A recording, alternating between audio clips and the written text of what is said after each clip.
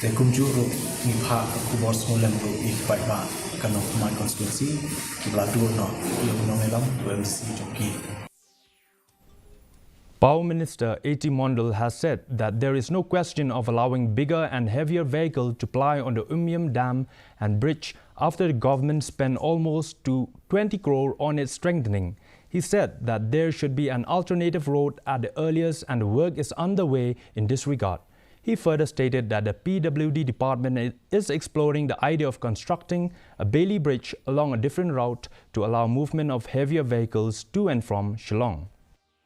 Because see, you are saying maybe one side that people are not allowed, people are this, that, and I am under constant criticism also that why it is done, all these things are happening, and whenever or whichever way you say, and whomever I meet, they only mention about the concern of the bridge only, but our concern is also of the dam also, its safety, and it should be there in place, because this is the dam which gives us the opportunity to get around 176 megawatt of power.